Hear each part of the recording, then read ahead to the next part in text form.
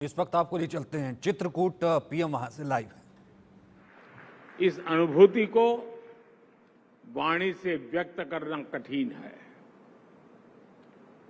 मानव सेवा के महान यज्ञ का हिस्सा बनाने का और उसके लिए श्री सद्गुरु सेवा संघ का भी आज मैं सभी पीड़ित, शोषित, गरीब आदिवासियों की तरफ से आभार व्यक्त करता हूं। मुझे विश्वास है कि जानकी कुंड चिकित्सालय के जिस न्यू विंग का आज लोकार्पण हुआ है, इससे लाखों मरीजों को नया जीवन मिलेगा। आने वाले समय में सद्गुरु मेडिसिटी में गरीबों की सेवा के इस अनुष्ठान को नया विस्तार मिलेगा। आज इस अवसर पर अरविंद भाई की स्मृति में भारत सरकार ने विशेष स्टैंप भी रिलीज किया है। ये पल अपने आप में हम सबके लिए गौरव की पल है, संतोष की पल है। मैं आप सबको इसके लिए बधाई देता हूं। साथियों, कोई भी व्यक्ति अपने जीवन काल में जो उत्तम काम करता है उसकी सराहना तो होती है, समकालीन लोग सराहना भी करते हैं, लेकिन जब साधना असाधारण होती है तो उसके जीवन के बाद भी कार्यों का विस्तार होता रहता है। मुझे खुशी है कि अरविंद भाई का परिवार उनकी परमार्थिक पूंजी को लगातार समृद्ध कर रहा है। खासकर भाई विशद, बहन रूपल जिस तरह उनके सेवा अनुष्ठानों को नई ऊर्जा के साथ ऊंचाई दे रहे हैं, मैं इसके लिए उन्हें और परिवार के सभी सदस्यों को विशेष तौर पर बधाई देता हूं। अब अरविंद भाई तो उद्योग जगत के व्यक्ति थे। मुंबई कहो, गुजरात कहो, पूरा बड़ा उनका औद्योगिक कॉरपोरेट वर्ल्ड में बहुत बड़ा प्रतिभा, प्रतिष्ठा। और विशद चाहते तो ये जन्म शताब्दी का कार्यक्रम मुंबई में कर सकते थे, बड़ी आन बान शान से होता, लेकिन सद्गुरु के प्रति समर्पण देखिए कि जैसे अरविंद भाई ने अपना जीवन यहीं त्याग किया था, शताब्दी के लिए भी इस जगह को चुना गया।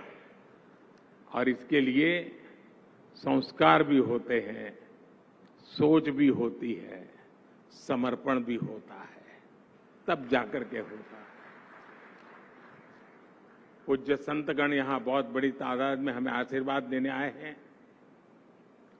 यहां अनेक परिवारजन भी बैठे हैं।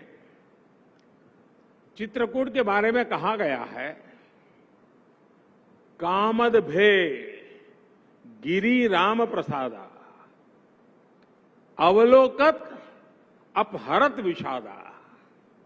अर्थात चित्रकूट के पर्वत कामदगिरी भगवान राम के आशीर्वाद से सारे कष्टों और परेशानियों को हरने वाला है।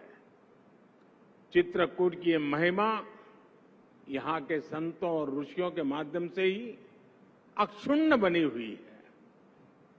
और पूज्य श्री रणछोड़दास जी ऐसे ही महान संत थे। उनके निष्काम कर्मयोग ने मुझ जैसे लक्षावधि लोगों को हमेशा प्रेरित किया है। और जैसा सबने उल्लेख किया, उनका ध्येय और बड़ा सरल शब्दों में, भूखे को भोजन, वस्त्रहीन को वस्त्र, दृष्टिहीन को दृष्टि, इसी सेवा मंत्र के साथ पूज्य गुरुदेव पहली बार 1945 में चित्रकूट आए थे और 1950 में उन्होंने यहां पहले नेत्र यज्ञ का आयोजन करवाया था। इसमें सैकड़ों मरीजों की सर्जरी हुई थी, उन्हें नई रोशनी मिली थी। आज के समय हमें ये बात सामान्य लगती होगी, लेकिन 7 दशक पहले ये स्थान लगभग पूरी तरह से वन क्षेत्र था। यहां न सड़कों की सुविधा थी, न बिजली थी, न जरूरी संसाधन थे। उस समय इस वन क्षेत्र में ऐसे बड़े संकल्प लेने के लिए कितना साहस, कितना आत्मबल और सेवा भाव की क्या पराकाष्ठा होगी, तब यह संभव होगा। लेकिन यहां पूज्य रणछोड़दास जी जैसे संत की साधना होती है, वहां संकल्पों का सृजन ही सिद्धि के लिए होता है।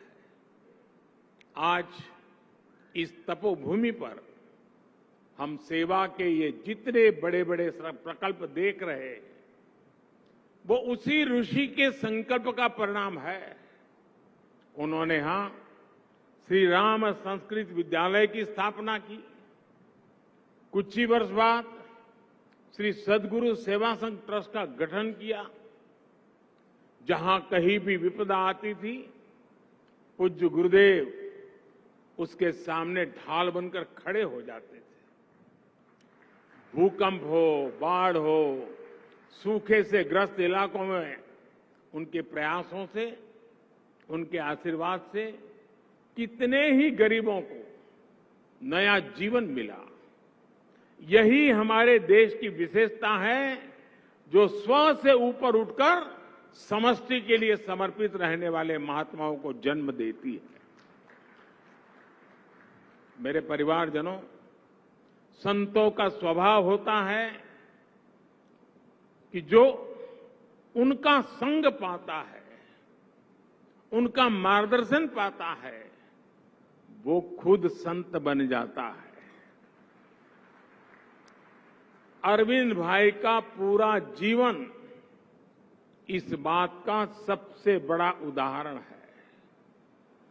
अरविंद जी वेशभूषा से भले ही एक बिल्कुल सामान्य जीवन जीते थे, सामान्य से व्यक्ति दिखते थे, लेकिन भीतर से उनका जीवन एक तपे हुए संत की तरह था। पूज्य रणछोड़दास जी की अरविंद भाई से बिहार में आए भीषण अकाल के दौरान मुलाकात हुई। संत के संकल्प और सेवा